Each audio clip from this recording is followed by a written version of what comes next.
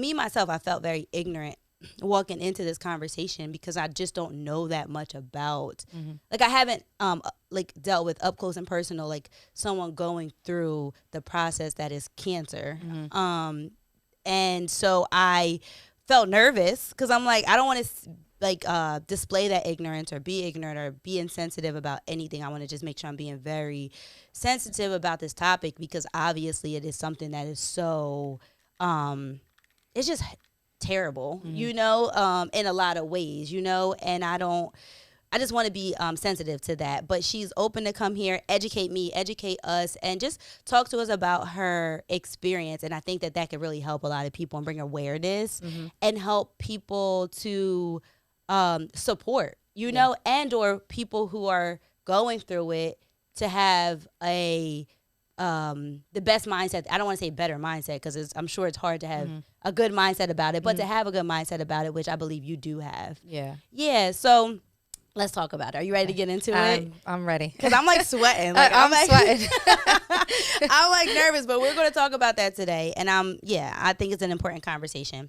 So how did you find out that you had ovarian cancer?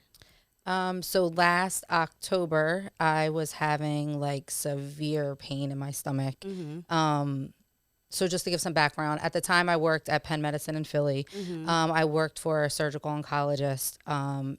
He's a urologist, and you work in teams. So you have a surgeon, you have a nurse practitioner or a physician's assistant, you have an RN, and then there was me. I was their assistant. So it was early in the week. I would say like a Monday or Tuesday. Me and my husband had ordered dinner. I ate like one ravioli and I felt like so full. I had all this pain in my stomach and I was like, this is weird. This is weird. So what do we do naturally? We go on Google, right? Yeah. So like, I'm like looking things up, like what could this pain be? And I looked it up and it said like diverticulitis, which is like a gastro sickness, illness, what have you. Yeah. So I went to work the next day. I was still having this pain. It was like 9 out of 10, 10 out of 10 pain. Ooh. And I went to my physician's assistant and I was like, his name's Sam. I was like, Sam, I think I need an ultrasound. And he was like, what's going on? I was like, I think I have diverticulitis. And he was like, no, you don't. And we kind of joked about it all week. And Tuesday came, Wednesday came, and I was still having this pain. Yeah. And by Friday, I was eating lunch in my office. I was sitting there with a coworker and something just like came over me. Like I had this pain and I was like, I don't want to go the weekend. What if something's wrong? I don't want to end up in the ER. Like something's like not right. This is just not right. So I went to Sam and I was like, Sam, my diverticulitis is acting up. And he's like, I'm like, I think I need an ultrasound. And he's like, go ask Tom. He was our surgeon that we worked with. So I went to him and I told him. He was like, I bet you it's your ovaries. And I was like, well, I did have like cyst rupture on my ovaries in high school. And he was like, yeah, have him order you an ultrasound. So I was like, okay, fine. So he ordered the ultrasound. I went downstairs. I had a pelvic ultrasound and a transvaginal ultrasound. And I feel like I was back up in my office for maybe like 20 minutes. And Tom was like, here, come take a walk with me. And I was like, okay. So we're walking, and we're like walking towards his office. I was like, are we going to your office? And he was like, yeah. So we go into his office and he's like, have a seat. And I was like, have a seat. And he shut the door. At the time he had ESPN on his TV. He like turned the TV down and I'm like, still, this is like not registering. It didn't register. Not at all. I literally said to him in the office, I'm like, are you leaving? You're leaving, right? And he's like, no. Have a seat. And I was like, okay. He's like, so I got a call from radiology. And I was like, okay, I am still like, I've worked in healthcare a really long time. And I am like still kind of oblivious. Wow. And he's like, so I got a call from radiology and you have a 7.4 centimeter mass on your ovary. And I was like, oh, my left side, right? And he was like, yeah. And I was like, okay. And he was like, so do you have a gynecologist? And I said, yeah. And he was like, are they at Penn? And I was like, no, I never switched my gynecologist. Like, who wants to do that? You know what I mean? Like, I've had my gynecologist for years. And he was like, well, I think you need to see someone at Penn.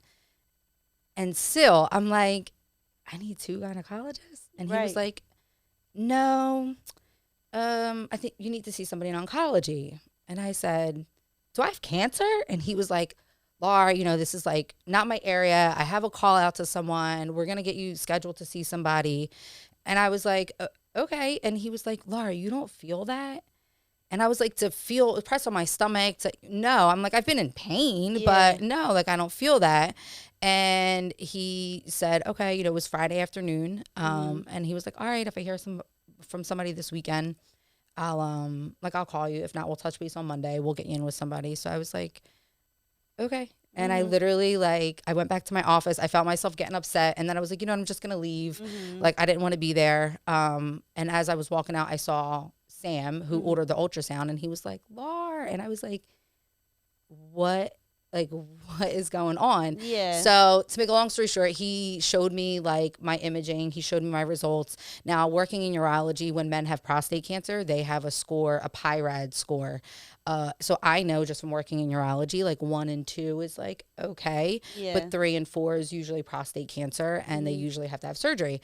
So when he showed me my report said ORAD's 4. So I was like, Sam, this is not good, right? Like, this is not good. And he's like, Lar, like, just see what Tom says. We'll get you in with somebody, and then, you know, we'll take it from there. But like, it's okay. Like, it's okay. And I was like, okay. And I literally left. It was like I went for my ultrasound at 1:00 on a Friday afternoon. Yeah. And I literally I left. I walked to my car, and I was like, it sounds like you were kind of confused. Yeah, I was confused and like really shocked. And you know, and then I went home.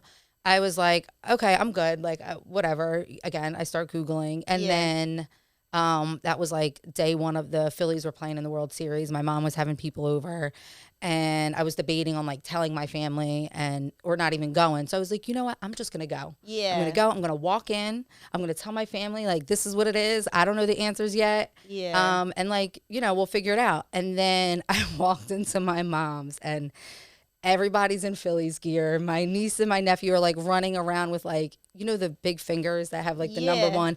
My mom has like white and red Phillies balloon. I was like, I can't mess this vibe up, right? I'm like, there's no way I can just like come in here and like blurt this out to everybody. So I waited a little bit, and then I ended up like bringing my mom and my sister in the room, and I ended up just telling my mom and my sister, like, with the 3 of us. Yeah, because you probably couldn't stop thinking about it, of course. Yeah, and I was like, I didn't want to keep it, but also like I didn't have all the answers. So it was like, I can kind of do this myself. Like, I'll just kind of ride this out, right? Like, I'll just wait till I have answers. And then it was like, it was bothering me. So I just ended up pulling them in the room and telling them.